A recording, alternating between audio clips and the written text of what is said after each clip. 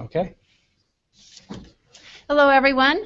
I'm Marilyn Moore, and I'm here with John Moore, and we are the Small Business Web Tech Show. We're here the first Tuesday of every month, and we're really excited today because our special guest is Stephan Hovnanian, who is, among his many talents, an email specialist, and we're here to talk about email marketing for small business.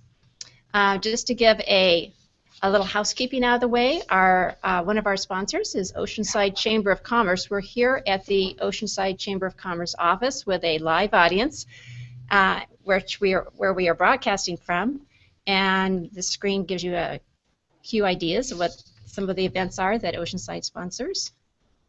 And John and I are Sonic Spider LLC, and we have two arms of that company. Right Start Websites is what we represent on Google+, and Sonic Web Tech is a lot of technical support, on-demand technical support, including e-commerce.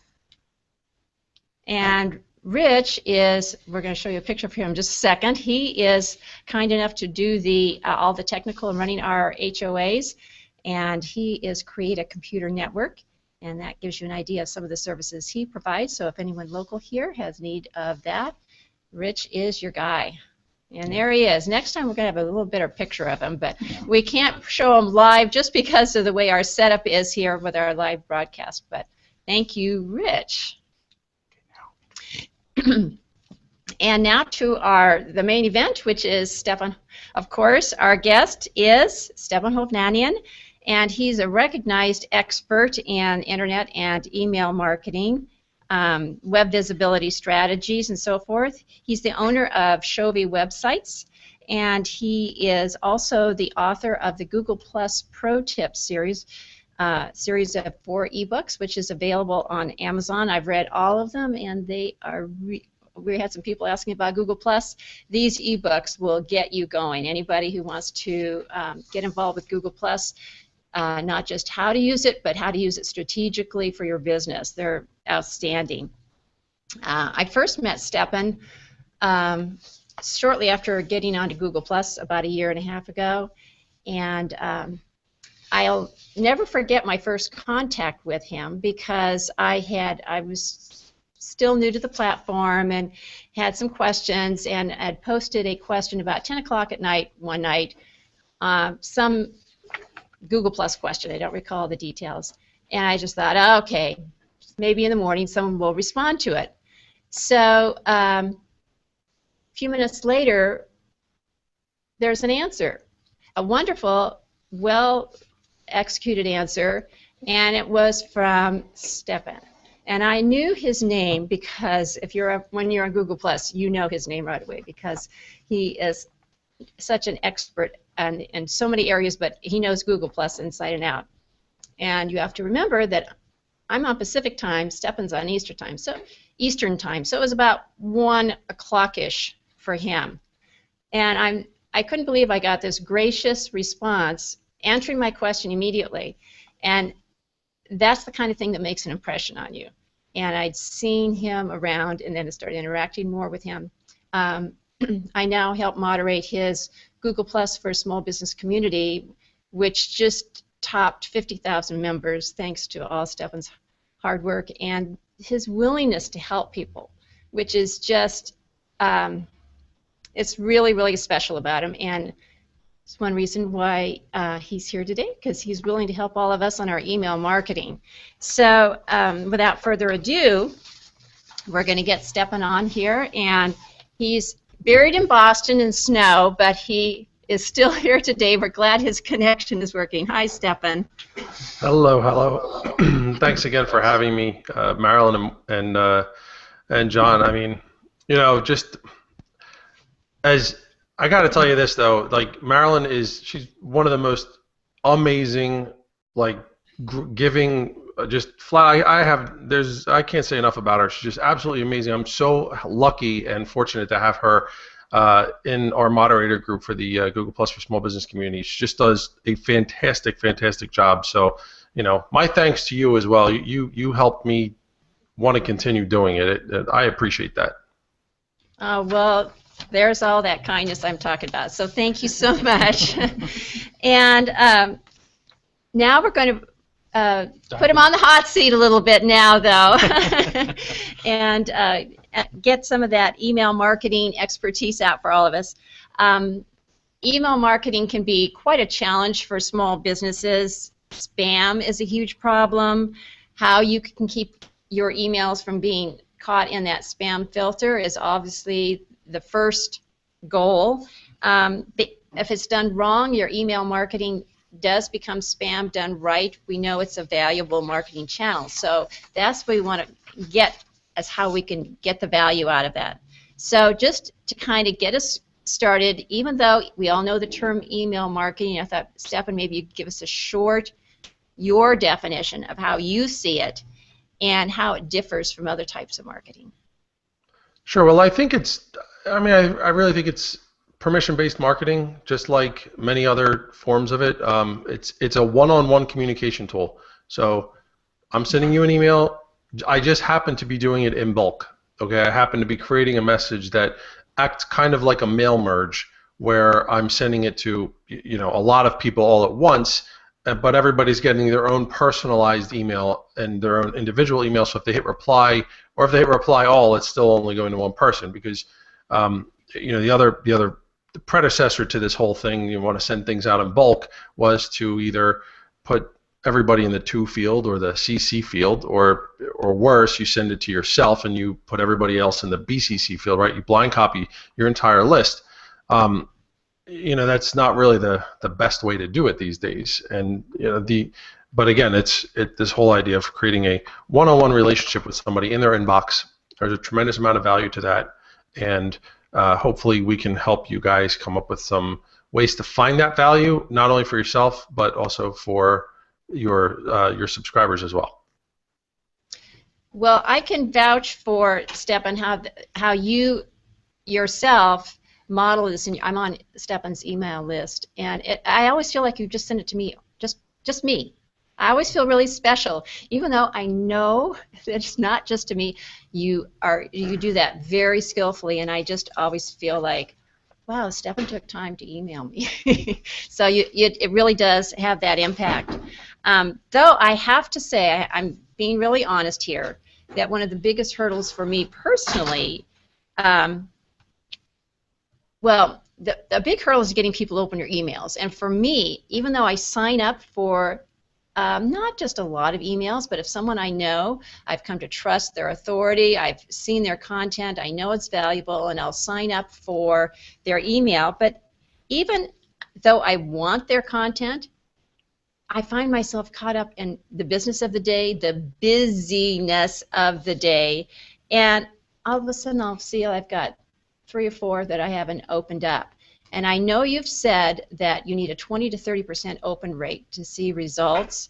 So I was just wondering, what is the secret? I know you can't do this in 20 words or less, but what's the secret to getting people to click on those emails and, well, and then to keep clicking, to not just open them but to see what you have, the full thing that you have to say, if it's like a newsletter. Yeah, so I think what you're describing is the biggest problem, I think, for everybody, and that on the inbox side, on the consumer side, right? We have so little time to do anything, and we're getting flooded with emails. So how do you stand on the marketer? Go back to the business side. How do you stand out in the inbox? And you know, there's trends, there's fads, there's all kinds of stuff. Putting special characters like hearts and, you know, little stars and whatnot in your subject line. You can do all those kinds of things. I think the real key is when you have an opportunity to ask somebody to subscribe to your newsletter or whatever it's going to be, right? To invite you into their inbox, you got to prove that value, and you have probably a couple of times right off the bat to be able to prove that value and know that, you know, even though, Marilyn, you're getting a couple of my emails and you may not have time today to open them, knowing that they're probably going to sit in your inbox at least for a few days so that you can get back to them, and that you most likely aren't going to end up just hitting delete after a while. Because, and you know what, guys, it's okay to have that. That's called list churn, and it's totally okay to have that. You have people that maybe they realize that getting it in the inbox, it's not as important anymore. I'm following this person on a social network where they seem to be posting all that information. It's totally okay. I've got a great relationship with them already because we interact a lot. So I don't necessarily have to be on the value to me in my inbox of having their newsletter come in. It's not as high as it used to be. Totally fine, totally acceptable. Just hit unsubscribe. And if you're a marketer, what you want to try and do, it's going to be interesting. I think I'm going to be doing this a lot, like trying to play both sides of the table. But if you're a marketer trying to do this, there are things called re-engagement campaigns. And what you end up doing is you go into the system you're using to send out your emails, and you go and look to see who's not engaging with them, who's not opening. And then you send that, you create a little segment out of that. Danielle was talking about that earlier, right? You have you create segments and you queue off of activity that people are doing when it comes to the campaigns you're sending them, right? So you create a segment of people who haven't engaged in any of my emails, let's say for the last 6 months. And you send that group of people an email saying, hey guys, want to make sure you're still interested in receiving this content. I know you're all busy. If not, it's totally cool. Hit unsubscribe, or we'll just remove you. Again, totally cool. We understand. Maybe you want to subscribe to, or maybe you want to follow us on Twitter or Facebook or Google Plus or something like that. And you'll believe it or not, I've done this, a few times with clients, and I'm due to do it again with a couple of my lists shortly, because I think doing this like quarterly, this kind of re-engagement campaign, either quarterly or at bare minimum once a year, but yeah, quarterly is better, is a great way to really keep that list fresh and make sure that you're reminding people, hey, you wanted me to be in your inbox for a reason. I'd like to make sure that we're still providing that value. Because again, it comes down, if you're providing, this goes back to your original question, Marilyn, if you are providing the value, people are going to open the email. And you'll see the clicks, you'll see the results, you'll see some type of a return on your whole email marketing program. But you have to be you have to set that expectation. I hope that helps. Yes, and I've heard you speak before of that, the re-engagement emails, which is something I think we really need to do. I think people tend to be afraid of shrinking down their email list, particularly if it's not all that large to start out with, but that I think that's a really, really important point. It's something that John and I were just talking about today, that's something we just really need to do to find out who really is interested. And I like the way you say it. If you're not interested, hey, no problem. We just kind of want to see where we're at. Yeah, and another time you want to do that too is if you're changing strategy. So if you have any type of you set the expectation, I'm going to send you, I want you to sign up for my email newsletter. We send something once a month, and it's about small business challenges in, like whatever. So it's about small business challenges. Now all of a sudden you turn into this global agency, and you want to start focusing, more on social media or more on social business or things that these guys probably aren't going to be interested in. Another great time to send out an email saying, guys, we're shifting focus. I want you to kind of resubscribe and make sure that you're still okay receiving all this information. And you know what, too? A lot of times when you do that, it's like a little kick in the pants, like, oh, yeah, I know I'm supposed to be engaging with this because I do like these guys. Yeah, very good point. Yeah, that is a great point. I've watched in the last week, I always do this when we have a guest, is I watch all of their hangouts and read a lot of their articles for the last 2 or 3 weeks or month or whatever. And one of the things that I clicked on was the idea behind customer retention, which you've talked about a little bit, and that particularly clicked with me. Do you have some additional ideas in the customer retention kind of idea? You've talked about the re-engaging with them, but are there any other kinds of things in addition to that you could add to that customer retention concept? Yeah, totally. And we got a couple other web guys in the audience here too. That this is one of the things I was going to touch on. So, you kind of, as a web company, you sort of have, or really any service provider, but you kind of have two. You have two main lists, right? You have the lists of prospects and blog subscribers, and people that are following your thought leadership and that might ultimately hire you or maybe open up some networking doors. Then you have your actual clients, the ones that you service, right? The retention part of it is making sure that they're getting their money's worth. So whatever they're paying you on a monthly basis, you want to make sure that you're providing some kind of content to them. Well, really for two reasons. One, to make sure that it's a little bit of mind share. Okay, so like for example, most of my existing web clientele is not very active at all online. Period. I mean, these guys are not. They're the types of businesses that normally don't go online or normally don't have a very active presence. So, as I'm getting more active on thought leadership and publishing online and things like that, all of a sudden you realize, there's a lot of information that these guys can benefit from that shows them that I'm a trustworthy supplier, I'm a trustworthy vendor, I know what I'm talking about, and they should come to me when they have ideas and questions, because this is all about customer retention. This is how you can deepen that relationship. But they're not following me with any of this stuff. They're not on, they're not seeing my LinkedIn posts. They're not seeing my blog or anything. So the idea is, how do I come up with, maybe it's a newsletter or maybe it's just some other type of segmented outreach program that allows me to say, okay, I've got a group of clients in this particular industry or vertical or that use this kind of service, right? Like I have a list now of all my clients who do any kind of email marketing, even if it's not for us. So what I have set up is to send them any kind of email marketing news. I send to them, and so now these guys are going to get more. Whether they're using me or not, it doesn't matter.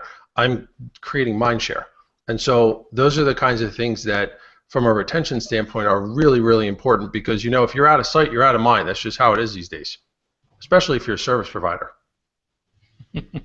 Yeah, you disappear real quick. Sad but true. Yeah. So the next best thing comes along, and if you haven't established yourself as that really trustworthy source, they're not going to come to you and pick your brain about it. Instead, they're just going to say, all right, well, hey, tell me more, and if the salesman's good enough, boom, you're out. Yeah.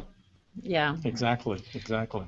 And surveying our in-person audience, we found that we have a range of where people are at on their email marketing. So, and that I'm guessing that's probably true of those watching online. So I thought we'd do a little bit of e-marketing 101 and then 201. So if for those that are more in that 101 area, they're not really using email marketing to any significant degree, how should they get started? And I'm thinking, knowing you, that you're going to say something about goals. So, I'm thinking that's one of the things you're going to say, and then what else? Just to kind of like 1, 2, 3. These are things you need to think about and get going with. Can you see why I love her? You're so right. Yes, you need a goal, and honestly, the goal could be as simple as, look at it this way. Don't think how I need to have 10,000 people on my email list. Well, why? What does that get you? If you have to, maybe it's nice, maybe you sell. Think about what you sell. This is all business. This is business 101. So not even email marketing 101. This is business 101. You have an opportunity now to create a channel, a great communication channel with your prospects and your customers, and maybe also some networking advocates or people that can help open some doors for you. If you can figure out what those kinds of people look like and what those challenges are, people talk about buyer personas or account personas, things like that. So if you can go through that process and say, okay, I want to try and attract this kind of person because, you ask yourself that, because why? And then you say, well, because they're going to open up some doors to people in an industry that I'm trying to tap into. Well, okay, what does that get me? And so you can keep pushing that as far out as you can, probably a few steps. You keep stretching the answer to that question and try and get to an end point where you could say, okay, now I know exactly what the end game is for this kind of person. And once you can do that, now you work backwards, and you'll be able to create content that you send out to that type of person. And then once you've created that part, now you have to just create a value proposition to go out and promote. Now it comes down to basic promotion. So I didn't totally answer your question. It kind of went roundabout, but the idea was to, that was pretty much the idea. It's you got to figure out who you're talking to, because you get that one-on-one chance one-on-one to talk to them. And then you have to figure out what you want to talk to them about, and how that benefits both of you, because that's also really important. People, again, are going to subscribe to you for certain reasons. You want to be able to set those expectations and then deliver on them. So, and it definitely doesn't have to all be about quantity. Quantity helps, but, if you're a jet engine manufacturer, you don't need quantity. You need to get in front of the right person, So let's see. Let's pull that. So, all right, we got that frame of mind, right? Now the next thing to do is figure out what to do, right? How to actually go about doing it. I mean, the trickiest part really is figuring out what to put into the email. You can sign up for your MailChimp or any of the other ones, do a trial or whatever. And I would actually say that sign up for trials for a bunch of them. See which one's the easiest to use for you. Because if this is a pain in the neck, you're not going to do it. Plain and simple. True. Yeah. And as much as I would I don't want to name names. I don't want to bash different companies, so I won't. But apparently, there are some that are really easy to use. There are some that are more dinosaurs in the industry, and they're not as easy to use. With the ease of use, you also want to think about what kind of data you want out of this thing. And again, you go back to what does it mean? So if somebody's opening, if somebody's clicking, what does that mean to me? And can my provider give me that information? There's some providers, all they'll do is tell you that, 25% of your people opened up the email, and these are who they are, and 10% of those clicked on a link, and that's it. And you can't do anything with that information. If that's all you need, that's great. If you need more than that, I'll just tell you that right up front. But so that comes into why or who you're going to use for your email marketing vendor. Right. So once you've figured all that stuff out, then really it just comes down to creating a schedule for yourself and sticking to it. And encouraging people. I would say encourage people to respond too, because if you do that, you get that continual feedback beyond just how many people clicked and opened and things like that. So Marilyn, I say reply, tell me what you think. I ask people to. I create a little click to tweet link, or I create little calls to action within the email that really are just so that I know you are reading it beyond, or that you're reading it beyond just just clicking open and maybe clicking on a link or something. I want to actually know that you're reading it, because I want to make sure I'm providing value to you. Yeah, that brings up, actually segues to a question that I've written deeper in the list here, because oftentimes I think one of the stumbling blocks that people have, and I know I've had it in the past, is, oh, gee, I got to have thousands of people. But in my industry, well, maybe only a few hundred would be great, because I don't turn that many customers over, versus maybe retail where you're turning a lot of customers over. So, how does one gauge when somebody goes into this? What's a reasonable expectation of the kind of list you should have? I mean, what kind of targets and how do those metrics come into play when you're thinking about it and talking to people about their email marketing strategy?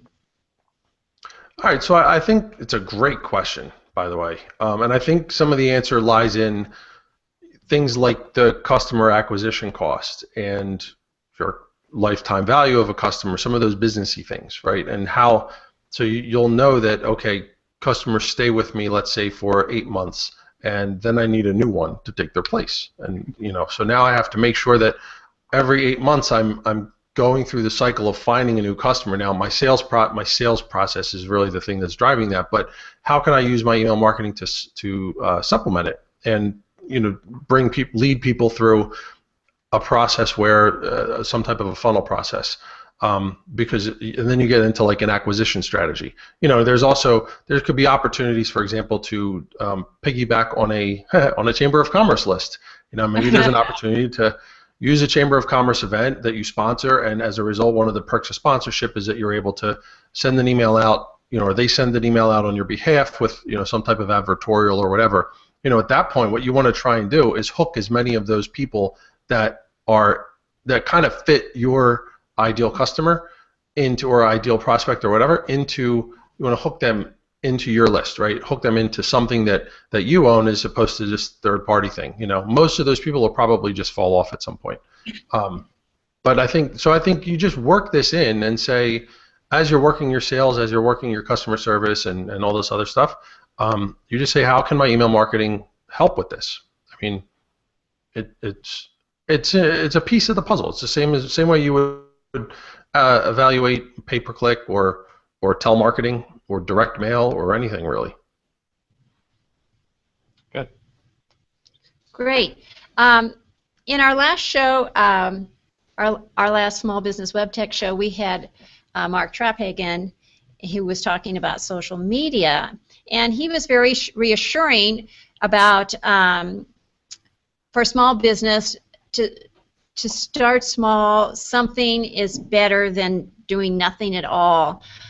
Is that true of email marketing? It seems like maybe if you don't do it enough, it doesn't really get you much benefit, or what's your thought on that? Can you start like baby steps, or do you need to really have a little bit more involved there to really get some benefit?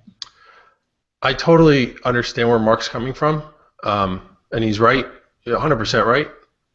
Just being there, just being present, and at the bare minimum, checking on people who are interacting with you at the bare minimum. Sure, that's a great way to dip your toe into the water for social media. I kind of think you're right, Marilyn. I think email marketing, you need to have a little bit more of a strategy. And even if all you're going to do is send out a monthly newsletter, and the monthly newsletter is just going to be a list of things that you've published online, maybe a promotion or some type of resource that can help deepen a relationship or whatever.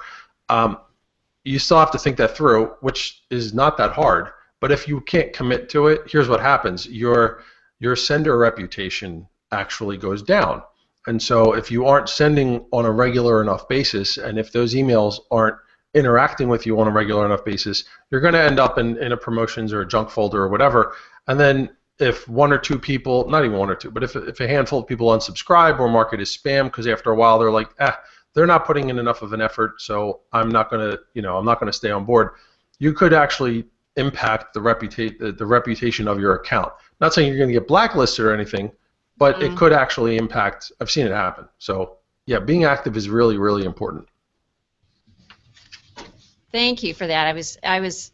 So you need to make more of a commitment to this to really get something out of it, and also not actually do some damage if you don't. Yeah, I mean, the sender reputation is one of those things that if you're using a reputable service, right, you're probably not going to run into as much of that. But like I said, you run that, it's a numbers game. So if all you're sending out is a monthly email newsletter, or if you're sending out over the course of the year, 2,000 emails, right, over 12 months, that's not a lot. But if so the likelihood of damage that can be done to the account or reputation or whatever, if somebody clicks spam or unsubscribe, it's a lot higher. Even if in absolute numbers, if like 20 people out of those 2,000 did something negative to your account, that's a much higher percentage than if you're sending things on a more regular basis and you've sent 20,000 emails over the course of a year, right? Because you were just more active. Maybe you were doing something once a week or every other week or whatever, and the next thing you know, those same 20 people took action. That's like a blip, right? That's not a big deal. So that's kind of what I'm getting at. Yeah. I see what you're saying. Mm-hmm. We had some questions posted pre-event, and I want to make sure that we include those.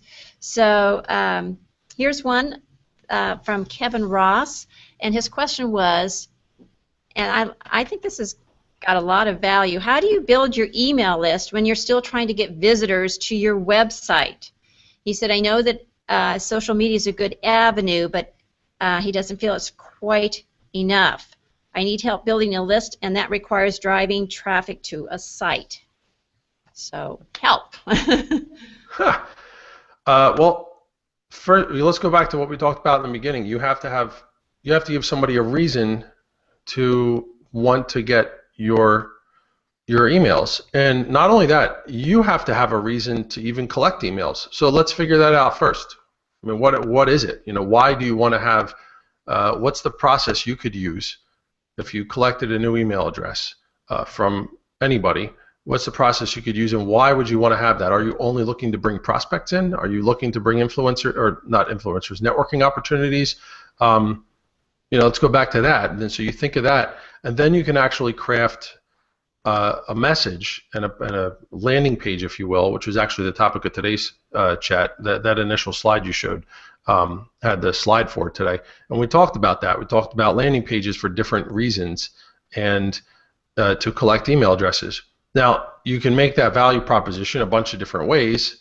You could say, we just want you to sign up because we send out great content, and some people will do it. Or you could do some kind of a giveaway, like a PDF, a checklist, or something like that. The neat thing about those offers is that they can actually help solve problems, right? So if you download the switching webmasters complete guide to switching webmasters, right?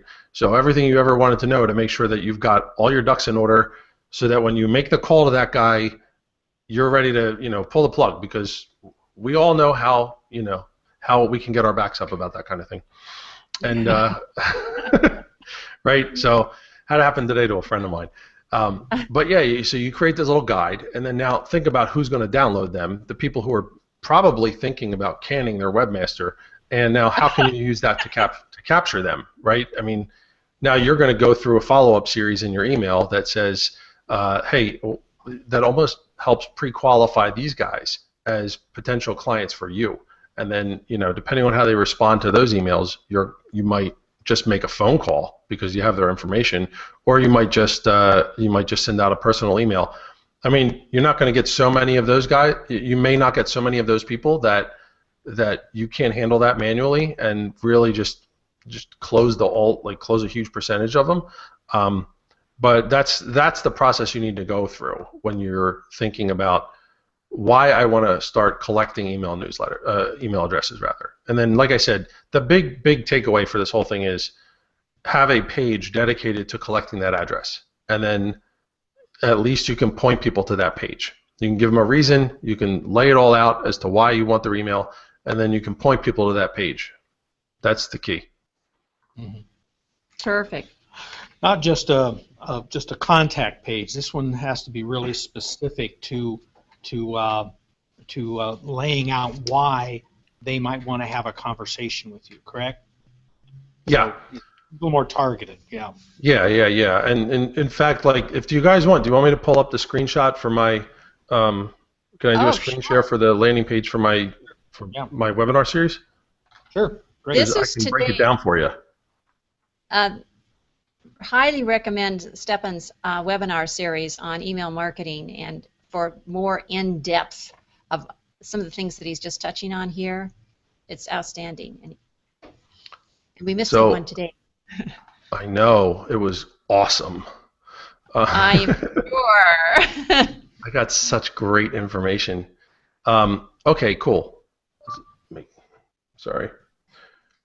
Let's see here. I just want to make sure. Okay, good. So here's a landing page that I can promote wherever I want, and it has a little video. It tells you your email marketing program needs help. Come get it for free at our interactive web series, and then it just asks you for your email address.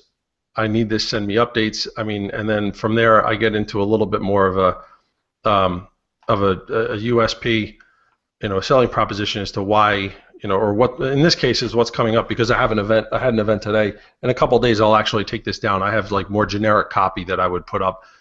So if I were to promote this, a week from now, because my next show is not till March, then you would come to this page. You'd see again a video which gets into the whole reason you want to be part of this whole thing, and gives you a very clear call to action. This is a lot about what we talked about today, actually, with Georgiana from Unbounce, was creating landing pages, and what goes into all of that. And again, the neat thing is I take this URL up here, and I can create Pinterest graphics for it. I could create social media graphics. I could put it wherever the heck I want, and it will drive people over to this page, where now the page can do the selling. Oh, that's a very good example. It was a beautiful example. Yeah, that was great. it converts pretty well too. I bet. I bet. Good, good. Then there was a couple of questions from Mike Aber. I hope I'm saying his name properly. He said, I'd love to learn how to make a web page template of a newsletter that I can edit each month, and also how to, and I don't know if that's something that is, you can just explain or not, and that he would also like to know how to set up a distribution list for 300 in Gmail and how to maintain that list in the easiest way. I can solve both questions with one recommendation, and that is to go to a service provider. I was thinking that might be somewhere in there. Yeah, and I'll tell you why. Creating a web page, even if you are really, really good at it, is very different than creating an email that's going to render properly in Android, Gmail apps, iOS, Safari, mail programs. Like there's like 20 some odd different ways and places an email could show up, and people are mostly on mobile. They're mostly, and there's also a lot of second screen or multi-screen stuff where, like for example, for me, I open a lot of my emails in the morning, then I come down to my office, excuse me, and I download them into Outlook, and then I might actually see the same email in Gmail for another reason. So that's a pain in the butt because there's so many different ways. Oh wow, I can cheap plug again because that's the subject of next month's show. But talk about email testing with a company that's really, really good at it. But the big takeaway here is it's very difficult to code the HTML for an email, the web page version of an email, so that you can do it in a way that looks really good on all of the different devices that are out there. And again, there's so much that's mobile today. It's over 50% of emails are being opened on a mobile device. So it's very difficult to really accommodate all that. And so there's companies that do that really, really well because they've had people build those templates for you. And you can pick that template, then you can reuse the template and just change out the information. The second part of that was, how do I send 300 people an email in Gmail? You would send them to them in the blind copy field, right? You put all those 300 people in the blind copy field. Everybody would get their own email, but it would be addressed to you. It wouldn't be addressed to them because they were blind copied. You won't get any analytics, so you won't know who opened it. It's very likely that you'll get throttled by Gmail, and really, if you do this in Outlook or AOL or really any other service provider, you'll probably get throttled because they don't like that. It's a real good way to spam people. So I'd recommend you don't do that. And if you go to a service provider, you usually can sync or upload your Google contacts into your email list. And then you could send them all one-to-one emails and not have to worry about all of the bad things that I just said. Very well explained. Thank you. Yeah, I've had some clients in the past who have done that, and I keep trying to tell them to use a provider, but somehow that's a hurdle for some people, is to get over to a email provider when you're only talking about 300 or 400 people, and you're not very tech savvy for importing. That's a challenge for some people. So, but I do agree with you, and I've tried to get them to do just that. And then they wonder why they get throttled by their email provider. They discover that suddenly they send them out, it doesn't go because their email provider shut them down. So it is frustrating. Well, it's worse for companies because your Gmail, is one thing. Gmail owns that mail server, but if your own company, if you have a dedicated mail server, if you're using, even if you're using Outlook 365 or Map or apps or whatever, you could potentially end up getting blacklisted and end up on a blacklist. And if you do that, then your regular emails aren't going to go through. So use somebody else's mail server, guys. Especially if you're under 500 people. My God, most of the time you get the free account. I was going to say, if you have a small list, it's free anyway. Right. Great point also about mobile and making sure that when you use a service provider, it will work on all those different screens. And if you're trying to do it yourself, it can be a real issue. Jason Collingwood asks, and you've already touched on this one, how can you build relationships with people on your email list? This is your forte. I think, personally. And he says, particularly if you don't already know them. If you don't already know them, ask them to send you an email. Ask them to, who's the guy? Derek Halpern, I think. He still hasn't responded to mine. But when you sign up for his email thing, he sends you the welcome email. And so set this up in your welcome email, right? Somebody signs up for your list, and you send them an automatic welcome saying, thanks for joining my list. I appreciate it. Here's what you can expect. Just kind of reinforce what you can expect. But then ask them to reply, right? Ask them to say, to give you something back. I mean, what's your biggest challenge? I'd love to help you. I'd love to help connect you to some of my friends that I have that do different things that I don't. And, I got to tell you, it's pretty cool to see who responds. And the minute those guys who respond end up becoming very loyal subscribers, which is really awesome. So I would highly recommend that. And then same kind of thing as I said before, put calls to action in all of those. In as many emails as it makes sense. Doesn't always make sense to do it, but if it makes sense, put a little call to action to say, just hit reply, or I would love to hear what you think. Hit reply. Tell people what to do though. Don't just expect them to know. If you want them to reply, tell them to hit reply. I found that to be way more effective than just saying, "Let me know," because nobody's going to do it. Oh, that is so interesting. That I can't scientifically prove that, but yeah, it works. I wouldn't have thought, but that specific wording makes a big difference in the response. Very interesting. And that's that's stuff you can test, by the way. Like the service I use allows me to track replies as well. So if I wanted to do a real hardcore engagement campaign to get people replying to my emails, I could actually split test different language and have them, and see which one gets the most replies. Mm-hmm. Very interesting. And then Danielle, who's already talked about segmenting and so forth, also had posted this. I should probably just have you read it, Danielle, or remember. But she said, for businesses just getting started with email marketing, what results can be expected in the first few months or quarters? What are reasonable goals to achieve? And how many other, let's just answer that much because the last one is goes into a bit broader topic. So results from the first few months or quarters, and what's reasonable to a reasonable goal? It kind of depends on how often you're sending stuff. Like if you're sending weekly emails, in 3 months you'll have sent 12. But if you're sending monthly emails, in 3 months you'll have sent 3. So there's not a lot of data to work with on a monthly email, and that's okay though. It's okay. You're gonna probably, if you know all of your email, like if you're pulling like an existing contact list and you're gonna start sending them a newsletter, your open rate's gonna be phenomenal because these people know you, right? Especially if you're a smaller company with a really good relationship, you're gonna have 40 to 50%, maybe 60% open rate, which is awesome. I mean, that's what you want. If it's just a group of people that you've had over the years and you kind of want to flesh it out a little bit, I think you'll probably see somewhere maybe 20 to 30. If you start to see in the teens, you might want to think about purging some of those people that aren't responding at all, just to drive the numbers up a little bit, But it could also be old emails and people you don't really know very well, or past customers, things like that. Yeah.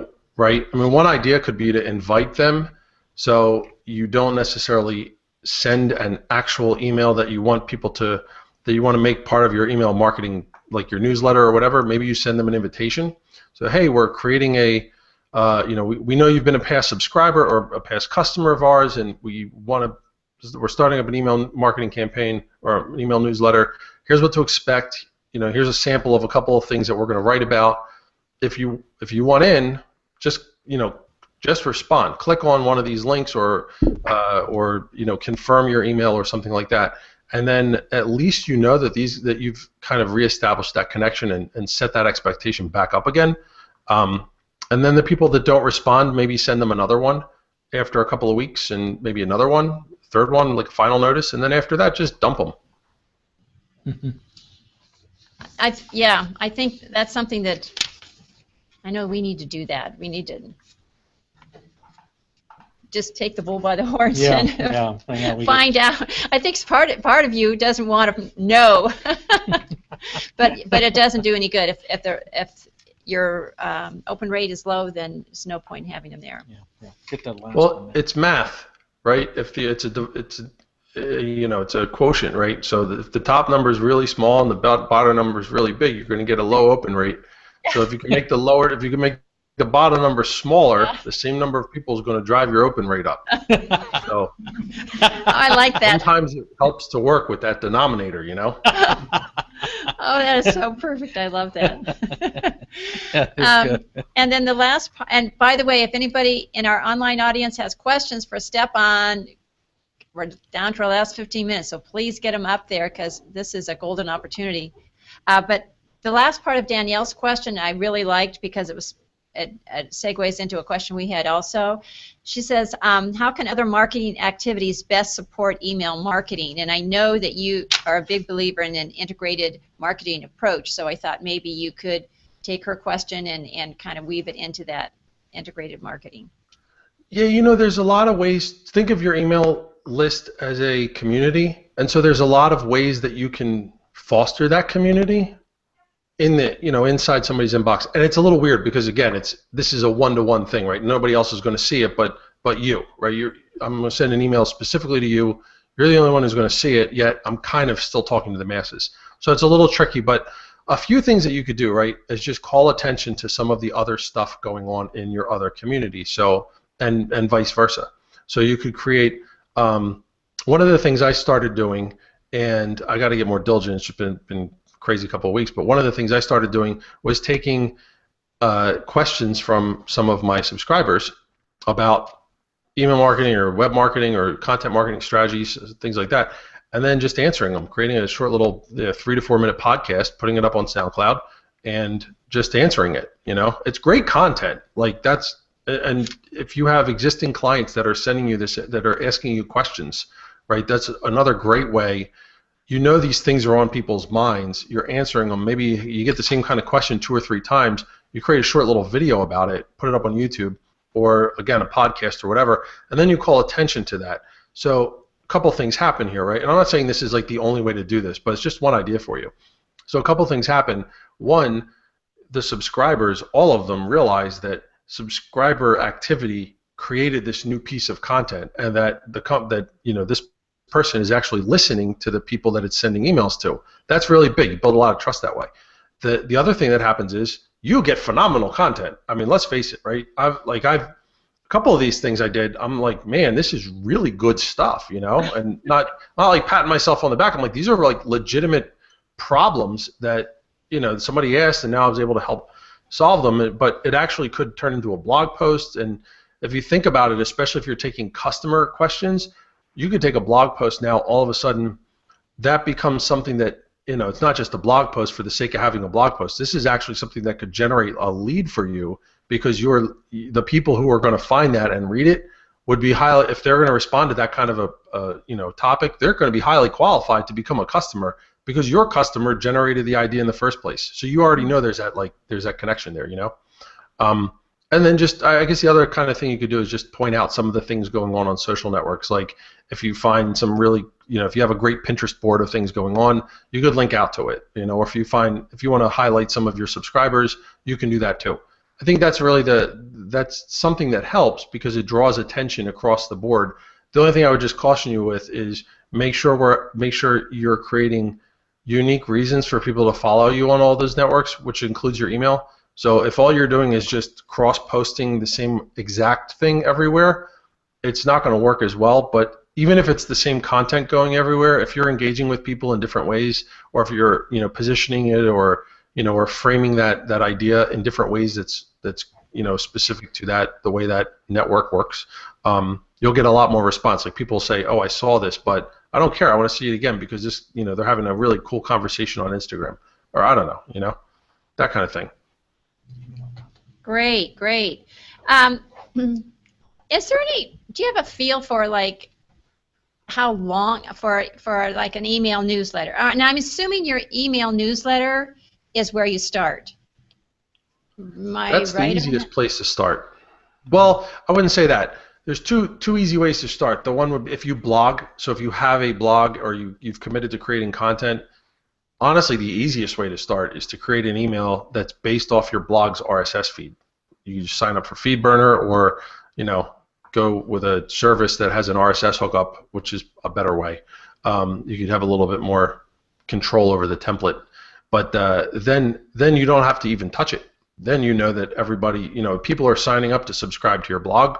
That's the value proposition, that they won't miss an email, and then they're going to get a link to whatever blog post you came up with anytime you publish one, so it doesn't have to be on a specific day. That part's nice, and it's all automated. You don't even have to think about it. That's the easiest way. But beyond that, yeah, a newsletter, because it doesn't have to be it could be like a monthly thing, Mm-hmm, mm-hmm. And I know you've also made the point in your webinars that, and it was kind of, I guess I should have figured this out, but it was kind of a revelation to me that it doesn't all have to be your own content. It can be curated content. Am I correct on that? Yeah. Yeah, and you know what? Those links are the ones that get clicked on the most, which drives me bananas. Like my first newsletter of this year, I sent out, and I found this really great article. It was like a woman named Christy Hines put it out. It was about 120 different online conferences this year. So I committed to picking 3 or 4 that I think I want to go to. Definitely one of them. We'll see about the others. And I just figured, hey, this is the time when everybody starts to look at these things, and let me put a link in there. It was the last link, and would you believe that was the one everybody clicked on? I was so pissed. Like, you guys don't care about my own content? Like, you stink. But it's okay because I provided value, and honestly, the other thought is if I wanted to, I could take people who clicked on that and send them a follow-up about an upcoming conference. Like if I'm speaking, well, these are people that go to conferences or that would be interested in conferences. If I'm doing a speaking thing, or maybe even pitch them this webinar, I could do that, right? So at least there's a purpose behind having that link in the first place. And I would say if you're going to use other people's content, at least have a purpose for that. Otherwise, it's going to be the most popular stuff, and it's going to get you nowhere.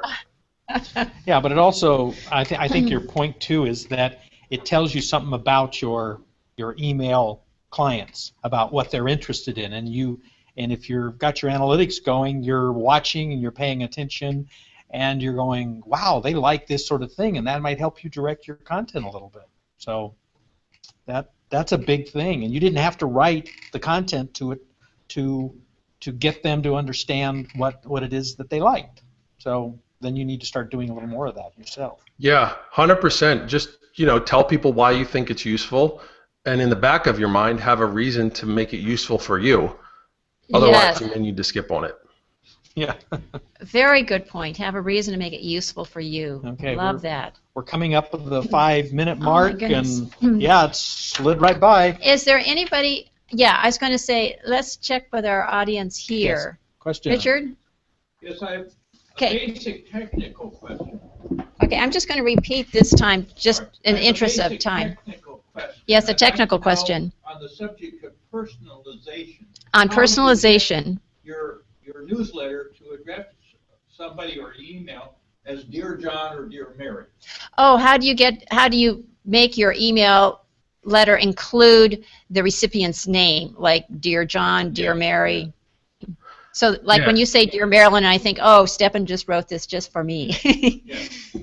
I still get fooled on those too.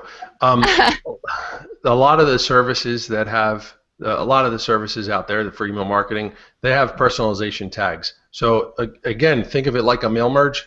So you're storing the person's first name, last name, email address, maybe 20 other things. And there's in the email itself, when you're creating it, there'll be a little personalization tag you would write. In my case, the one I use is percentage symbol, first name, percentage symbol. But it could be, use whatever theirs is, you use it, because if you put that, and it's not going to work. It's going to come through as percentage, first name, percentage. I think GetResponse uses like number signs, and they're all over. It doesn't matter. Just they have it, so that's how you do it. So just check with your service provider. Yeah. See how Yeah, they. check with your service provider for personalization and just add their. Okay. The tricky part. Oh, here's a little tricky part though. So one of two things is going to happen. If you don't have that person's first name, you'll have a default, which Yeah. can get kind of yucky. Like dear subscriber. Ugh.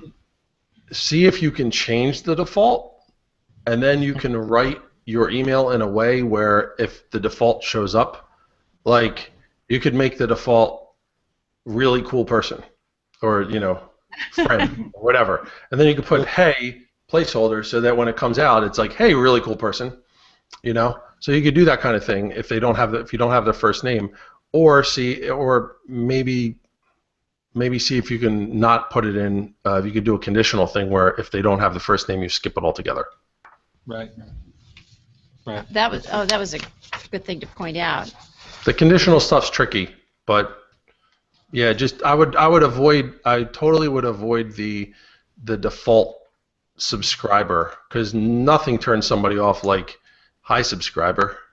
Mm-hmm. That's just Yeah. Very true. Yeah. I just want to, we are close to the hour, but I just want to remind everybody of Stefan's Get Smart About Email Marketing new webinars. They are outstanding. There was one today that he will be coming out with an amazing recap, and the replay, of course, will be available. The other two are also available.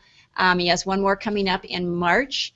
And Stephan, if you'd like to say anything else about that and how to connect with you, and just any parting thoughts you'd have for the email marketing. I mean, thank you guys for having me. I really appreciate it. This is where you can find me at stefanhove.com. I use it as a content hub, so I have all the different things, and this was on here, today's show. So I have links to all those things. I have ways to connect with me, a bio if you want to have me on your show, podcast, whatever, all kinds of stuff. So that's all you need to do. Perfect. Okay. And any last thoughts to take away about their email marketing?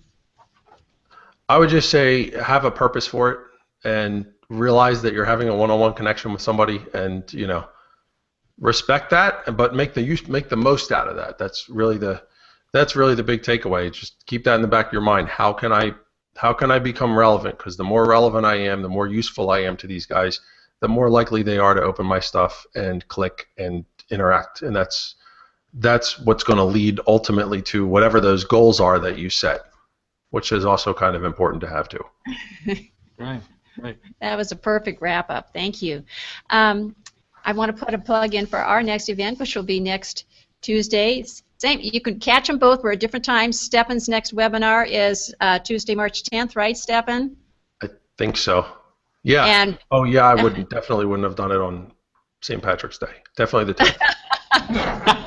not when you're in Boston. Not with a guest from Boston. No way.